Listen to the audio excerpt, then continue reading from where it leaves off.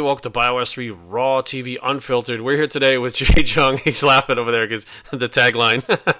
We're here with Jea Jung today, and Jea Jung owns City Athletic Club. He's also one of the partners in the Super League, which we talked to about, and enough people were asking me questions where we got to get some answers, so I figured we've already gone to Dorian. We'll go to Jay now. Before we even start out, again, City Athletic Club in Vegas. It's where all of us train when we come out there for the Olympia. My first time last year when I got up there, and it was cool. We shot the video there, and it's cool to be in there and see what you normally see on Instagram and YouTube and stuff where everybody trains. So who do you have that train? I know Jay Cutler trains there, but you tell me some other top pros train there too. Yeah, we have a lot of pros, a lot of media guys, a lot of the legends, you know, Flex Wheeler, Jay Cutler's there quite a bit, Iris Kyle, Hidetari Yamagishi, and they're all local. You know, they live in Vegas. And then, of course, you know, we host everyone. You know, so it's when people come in town, they seek out the gym, and you know, I'm humbled by it, honestly, because I never would have dreamed that it would have turned into that. Because when I opened the gym, and it was 2011, so I've had the gym for 6 years now. When I opened the gym, it was just to open a gym and make a living. And, you know, I've been in the gym business all my life. My first job was, you know, cleaning locker rooms because I couldn't afford the gym membership. So, you know, I had to find a way to, you know, earn my way to the gym.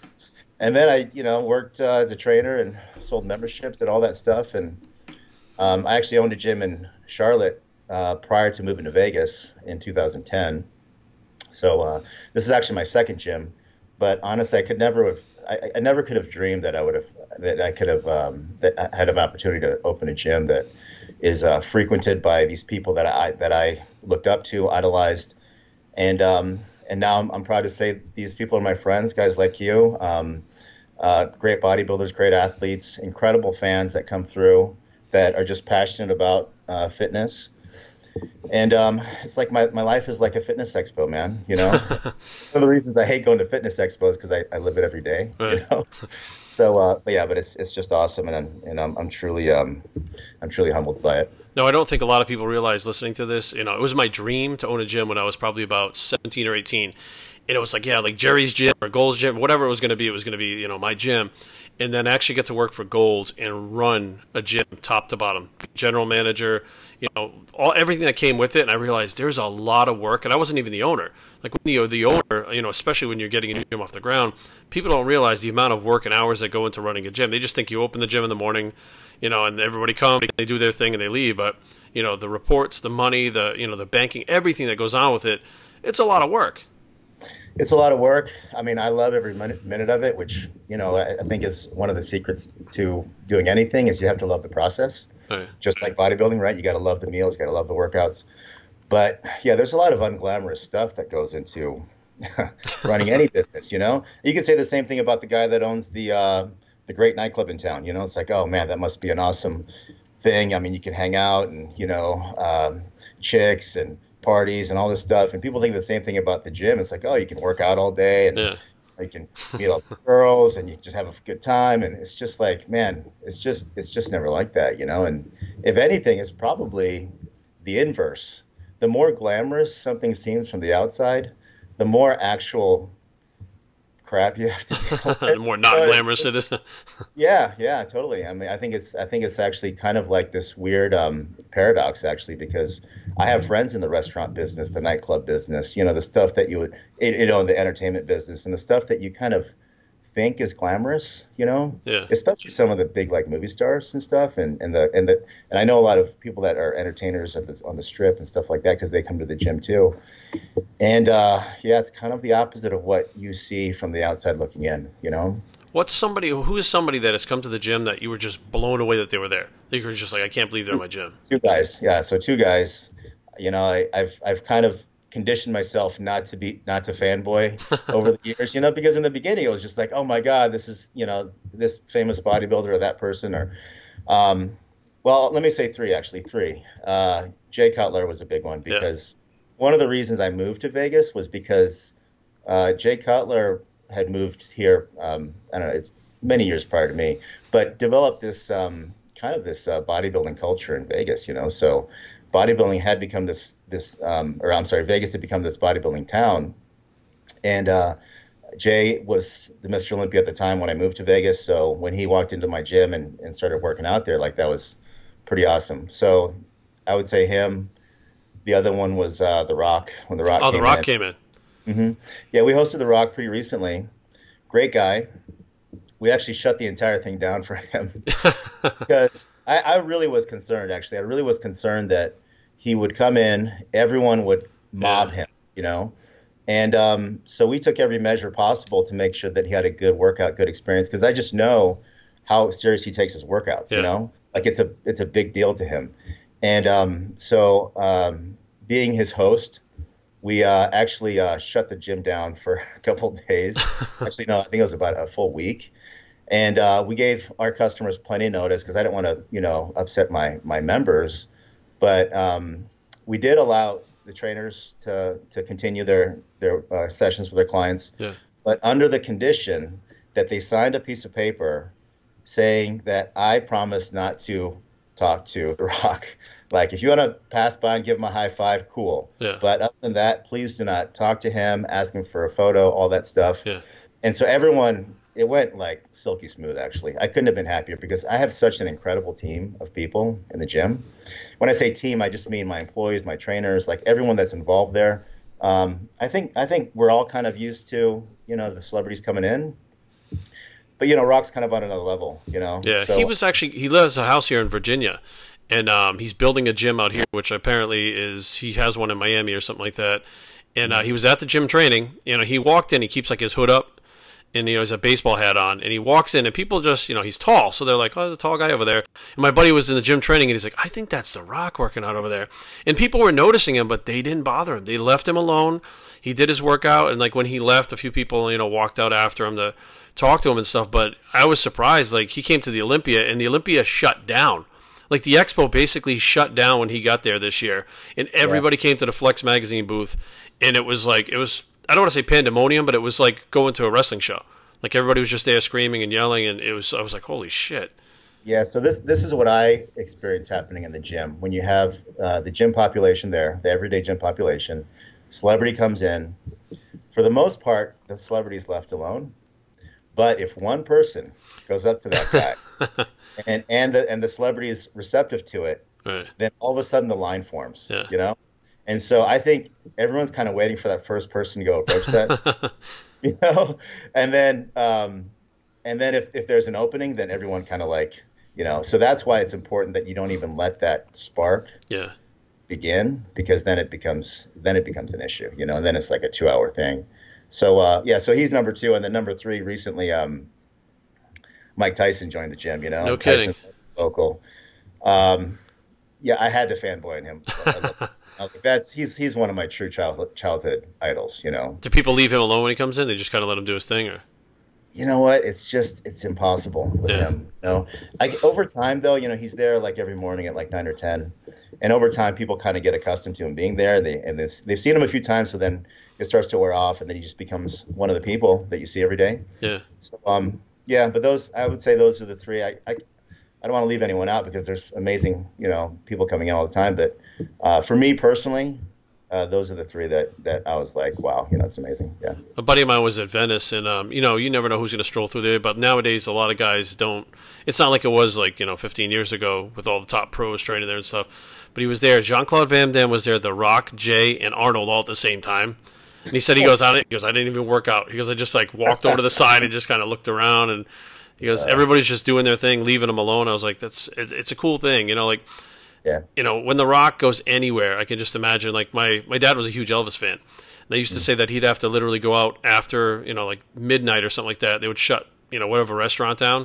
He'd be like ushered in the back door in a disguise so him and his friends could eat because, they can't go anywhere. He can't go anywhere. And you see that, and people, I want to be famous. I'm like, maybe it's not all it's cracked up to be, Dude, after seeing what I've seen, I would never want to be famous. No. You can't have your own life. But I will say this though, everyone's super cool. Yeah. Everyone's super friendly. They come in the gym, and of all the people that I've hosted, I can't even really think of anyone that's just kind of like a jerk. Yeah. Actually, I can, but I'm not gonna.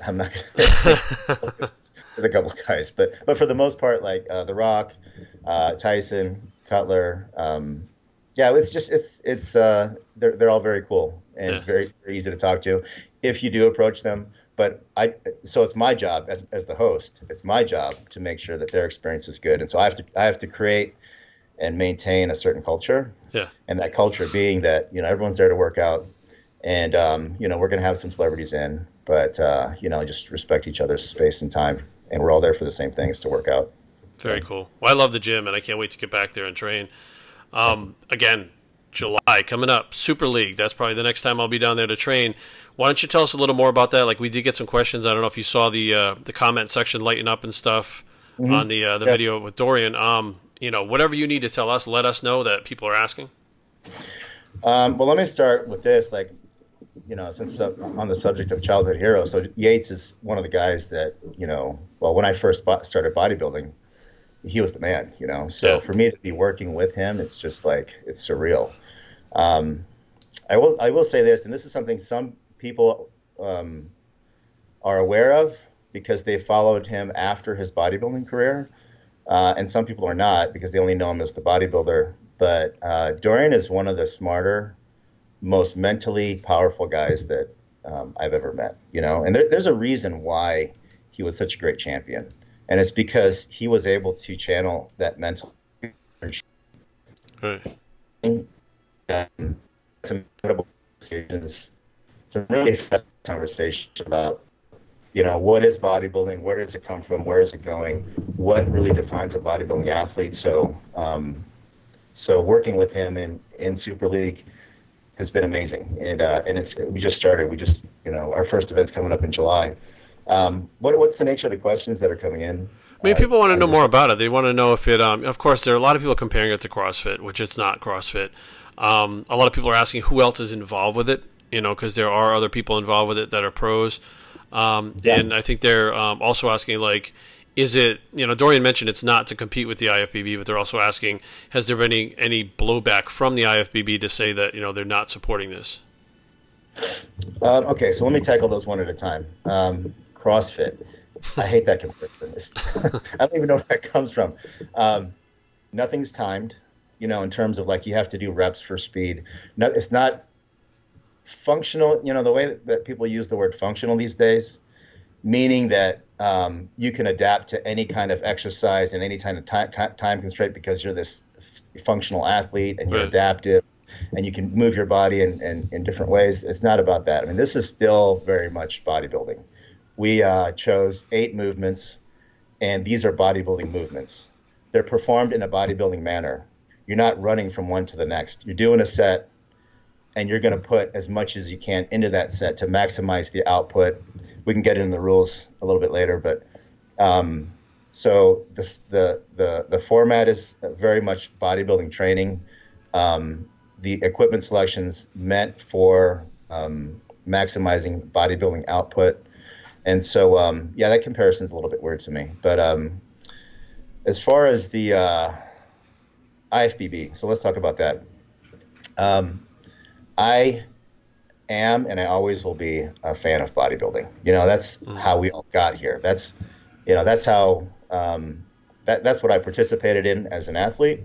I never turned pro or anything like that, but I loved it, and my goal was to become a top bodybuilder. So I'll always be a fan of bodybuilding, but and I respect all those guys, and I've got a lot of personal friends actually in the organization, but there hasn't been any blowback necessarily. But let me just say this: you kind of learn who your real friends are. Yeah. Kind of thing. It's one of those situations, I guess. So not intended to compete with bodybuilding at all. I mean, our format is diametrically opposed to the way they do it. I'm not saying my format is better, but it's completely different. And so it's not a judging format. It's more of a metrics-based format. We apply metrics to the output, to the physique, and in the IFBB, it's it's based on judging, and so I think they both have value in how you assess an athlete's physique. One I think I would say is I would characterize as more artistic in nature, whereas Super League is a little more, I would say, athletic in nature. Although I don't like that word either because that implies the whole functional thing. I think CrossFit just ruined the entire fitness vocabulary, honestly. but but yet you see the point though. Yeah. One is a test of an individual's athletic ability in a bodybuilding context, and another I feel is more of an artistic expression of achieving that extreme physique. You know what I mean? Yeah. Does that make sense? Absolutely. Yeah. So some of the other people that are involved, I saw that Stan Efferding and Erin Stern, excuse me, both of them. I remember Erin Stern, wasn't she a track athlete when she was younger? Erin was she was an incredible track athlete. I Yeah. mean, So she was like 3 points away from making the Olympics. so how would that help her with Super League? I mean, is it a competition thing? Is she a supporter of it? Is she involved with it or? She's actually one of our executives. Okay. So she's not a competitor, but she's someone that that joined our team pretty early on because she obviously achieved the highest level as a figure competitor. Right. She won the Olympics twice. But prior to that, her life was athletics, and she found this fitness competition world because her career had ended in track. And I think this is the same story with a lot of athletes. Yeah. Their careers end early. I mean, if you think about it, like with a lot of these track people, football players, if you're not in that top 0.1%, then your career is over in your early 20s. Right. And so I meet a lot of pro bodybuilders, pro fitness competitors that were previously great athletes in another sport. She's not competing. She's actually one of our executives, and she just lends a lot of experience because she's been involved in not just the highest level of fitness, but also other sports formats, and also the Olympic level, the Olympic style competition. That really speaks to me because I don't think there's any higher expression of sport than to represent your country. Right. Against other countries and other athletes around the world. That's just awesome to me. So she's great to work with. Stan, obviously, world record holding powerlifter, also pro bodybuilder, also a very accomplished businessman. So he's definitely one of the unicorns of the sport. Very few people have conquered two different disciplines, and also, is able to parlay that into business success. Right.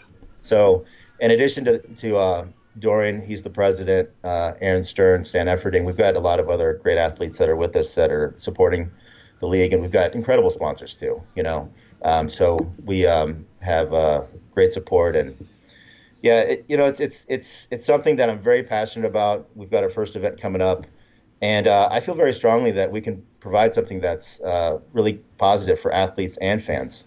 That's got to be unique, and it's not for everybody. I think a lot of people will still prefer to do the bodybuilding as we know it, and I really hope that actually we can feed each other because I think everyone sees that fitness is growing, like leaps and bounds. The expos are totally different now. The expos themselves, it's called the fitness industry now. Before it was bodybuilding. And bodybuilding is just a small part of these expos. It used to be everything revolved around it. But now it's like, the expos pretty much are the big thing, and then the show's like just a small part of it. And now they have the physique divisions, the bikini, some of the biggest stars in the bodybuilding industry right now they don't compete in bodybuilding. They're not bodybuilders. Like I think who is going to be at the event in July? July. So we'll have all the competitors, of course, that come from all walks of life, all walks of fitness, all walks of sport. And then we have, of course, our executive team will be there. We'll have Rich Piana is going to be there. We've got CT. We've got a pretty big lineup of media guys, Chris Gethin, Roger Snipes, Larissa Reese. I could go on and on. Awesome. But we've got a pretty cool group that I think represents the spectrum, and that's actually something that I think is tough to do, is to bring together in one event everyone, if you look on one end of the spectrum, you've got the bodybuilding legends that we grew up with, right? And then you have the media stars of today. And although at fitness expos we all gather into these things, it's really hard to connect those dots, and have them all relate in a way that we're all there for one event and it's something that we all believe in, So I think at expos you go and everyone has their own agenda. I don't mean that in a negative way, but everyone's got their own thing. They've got their own supplement brand, T-shirt line, fan base, and sometimes there's not a lot of crossover when it comes to from the athlete standpoint. But this event, I'm really happy to say I'm surprised that like everyone seems to find common ground because it's something we all relate to. Because at the end of the day, we're all seeking the same thing. We all want to be athletes in the gym, and we all want to achieve.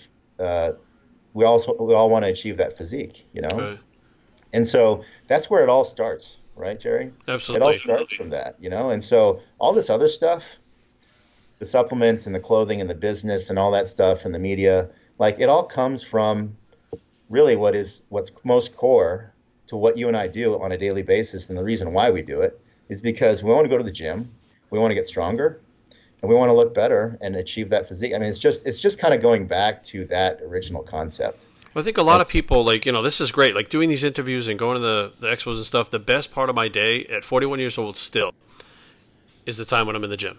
It's the weirdest thing. I thought, I've never done anything in my entire life this long where I didn't lose interest in it. I mean, nothing, collecting baseball cards and nothing, but it seems like the gym is just kind of like, again, it is the iron addicts, like C.T. Fletcher says, the common ground, like you're saying. It's the one thing that kind of brought us all together that, Jay Cutler says the same thing. He's like, I think he's 44 now. He's been doing it since he was like 18. He's like, I can't wait to get to the gym every day. It's like that one thing that, it just bonds all of us together. Yeah, I had a conversation with him recently, and I don't even know what we're talking about, but he's like, at the end of the day, I just want to get up and go work out.